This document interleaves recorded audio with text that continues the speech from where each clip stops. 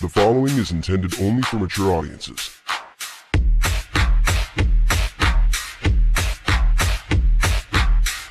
Open your ears and lube up your butthole. It's time for the What Do We Call It podcast. Now, here's your host. It's Jmann. Welcome to the What Do We Call It podcast. I'm Jmann, and it's just me. And parenting is one of the 5 P's of this show. Poop, pussy, parenting, politics, pop culture. We're going to focus on parenting today. God damn it. I want to talk about this. You will see people repeatedly say that having a plan for the kids to expect what's coming makes them less anxious. And that is partially true. It is good to know what's going to happen. If you're going on vacation, you plan an itinerary. You know where you're going to stay. You know what you're going to be driving or how you're going to be traveling and the transportation situation. You're probably going to look at what the cost of eating there is if you're going out of country, or you're going to have a number of factors. If you get in a job project, you got to plan that shit out. If you're involved in civil engineering, you got to know about infrastructure and electricity and sewer and travel and traffic patterns and all that jazz. But what happens when you make a plan and it doesn't go to plan? Case in point, City of Coon Rapids. They wanted to put in a pedestrian bridge to connect a bike trail. They built the concrete on one side of a boulevard. They built the concrete on the other side of the boulevard. They went to go thinking they were going to install the metal bridge connecting the two over the boulevard.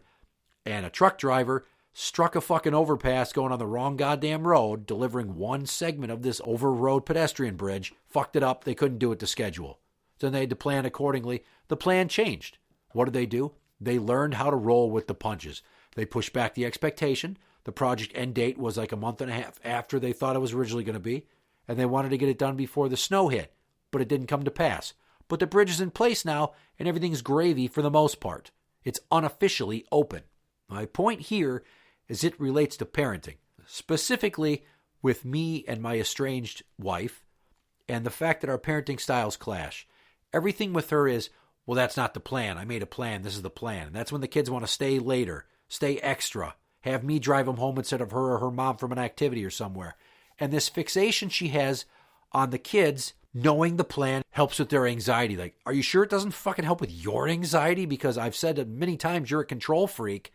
And if you're not the one pulling the strings, Geppetto, then, oh no, you're not in total fucking control of everything. And it doesn't need to be that way. Because let me tell you this.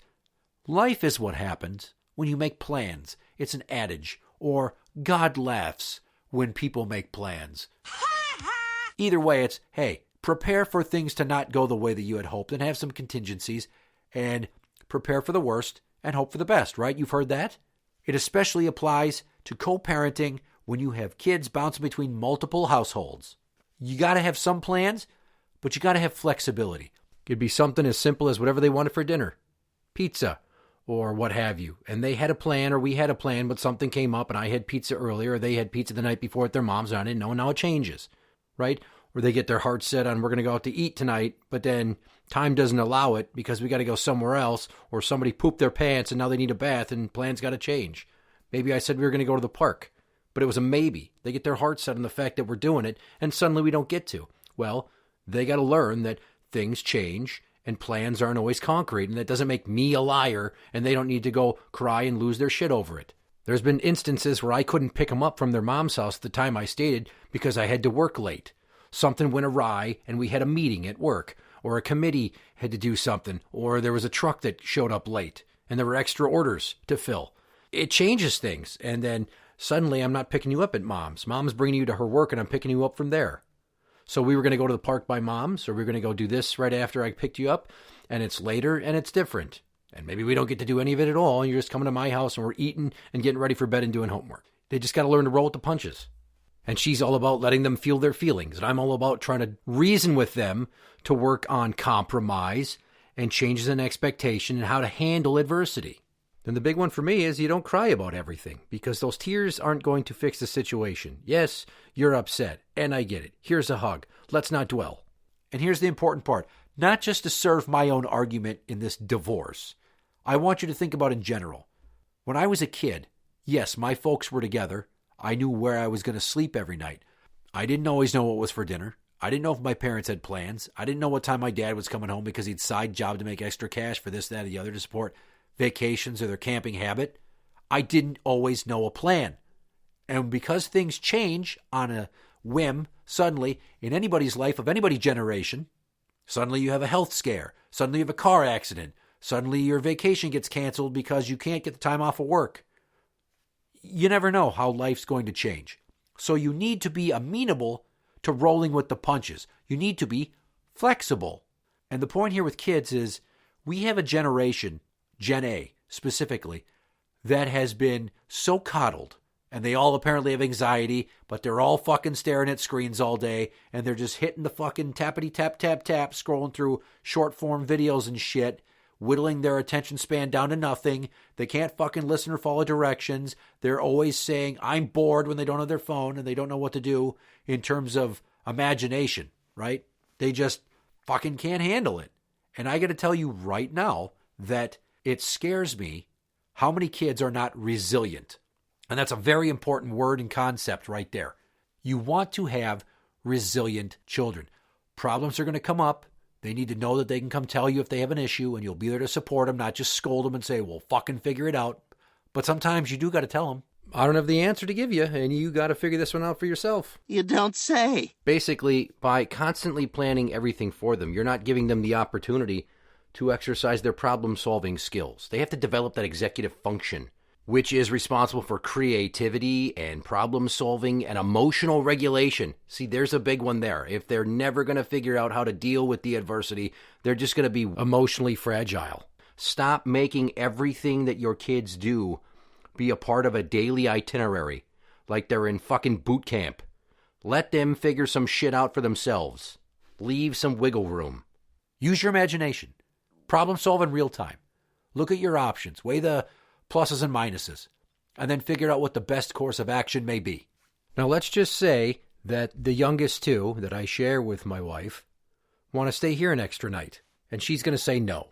Why? Well, it's not the plan. For somebody that's going through a divorce and is trying to make it seem like I can't handle having the kids enough or likes to have control, that would be why. Because when you got kids that can't handle things not going to plan, they grow up into adults that can't handle the plan, and then they need a plan for everything. And when they don't have control of the situation, they feel like everything's all out of whack, and they don't know how to handle it when somebody challenges their ideas. And here's a perfect example of that. It was my oldest daughter's 14th birthday. We were going to go out for pizza, come back to my house, and have cake.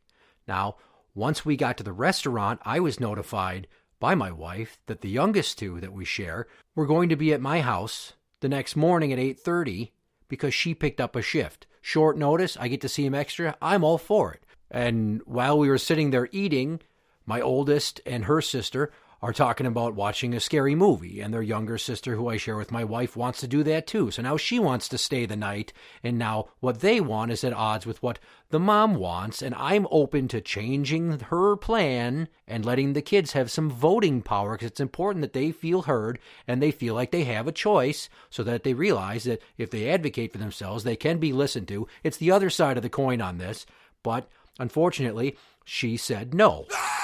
And it was ridiculous because then our daughter, who was 6 at the time, flipped the hell out. And I've never seen her act like this. Not only did she cry because the plan that she made in her head changed and she wasn't going to be allowed to stay, she was picked up and forcibly removed from the house by my wife. And in the process, this is the never happened before and never happened since. Our daughter flips out, cries, punches her mom in the arm, and kicks her in the stomach repeatedly to try to get her to put her down to stay. And all of that could have been avoided if she would have just changed her plan of taking them home and bringing them in the morning. Because it's already 9 o'clock, and why the fuck would you take them back to your house just to put them to bed, to wake them up earlier than they normally would on a weekend anyway, and then shuffle them over here at 8 a.m. so they're tired and crabby, and then my time with them was spoiled because they're in a pissy mood with that bad feeling hangover from the night before. Now, if the plan ever changed more often and my former spouse was more flexible, these kids wouldn't flip out like that. Another time, my son wants me to drive him home from T-ball. Grandma drove him there. She's like, well, no. I'm like, why? Well, that wasn't the plan. His mom said that I was driving him. I'm like, are you fucking kidding me? So here's another adult that's over-reliant on things going to plan when there's an equivalent action that could be done that would keep the kid happy and avoid any sort of conflict where the adults are now going to fight about this shit because it seems pointless and like somebody's trying to exert their dominance when they don't need to.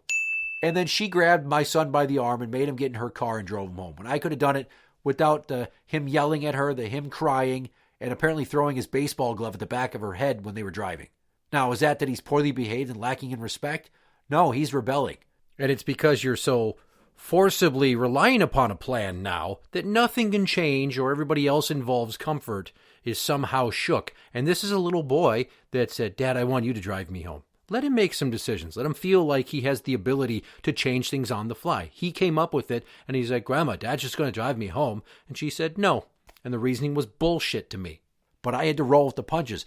When I was a kid, we just went outside and we didn't know what we were going to do, and nobody told us when to come home at an exact time. It's just when we got hungry, we came in and ate lunch, or they called for lunch. It wasn't, you have to be home at exactly this time. I didn't have to deal with that like they do. And when things don't go to what I may try to plan or my expectation, I can't go all to pieces. And I never would. Why?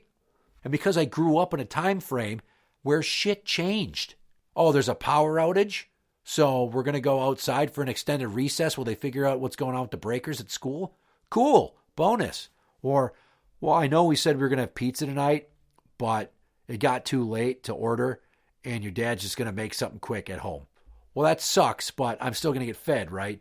You got to teach them compromises, and sometimes disappointment's a part of life, but you roll with the punches and you're, quote, resilient. Somebody breaks their heart. Okay, you didn't rely on this person forever, did you? Because that'd be stupid. But you got parents that have taught you, be prepared for life to change in ways you didn't plan for or expect, and then you got to deal with this new reality. It happens to people all the time. Spouse dies in a car accident. Hit by a drunk driver. Your mom or dad gets cancer and you're a kid. Well, fuck, they're not working, and you don't know if you're going to be living in this house. You learn on the fly. Everything can't be like, I'm going to have a peanut butter sandwich every day, and if there's no jelly one time, I'm going to lose my shit. I'm going to know that mom lays out my clothes for me, but what if she forgot? And then the next morning, they don't know how to fucking go into the dresser and pick out something that's, weather appropriate, or at least fits. You got to have these kids that can problem solve. And I got to tell you, mine, not fucking great at it. And that even goes for the older two, where the one is on the cusp of being Gen Z. She's going to start driving soon.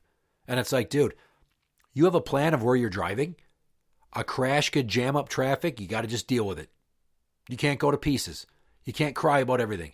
You just fucking handle it. And then you start planning for a contingency or the new way that the rest of your afternoon or evening is going to go. You get a flat tire on the way to work. Well, your plan was to be there on time, but you're not going to make it, are you? So figure out on fixing the tire. Don't worry about the plan. Hope you got a boss that's understanding and get there when you can. You got to learn.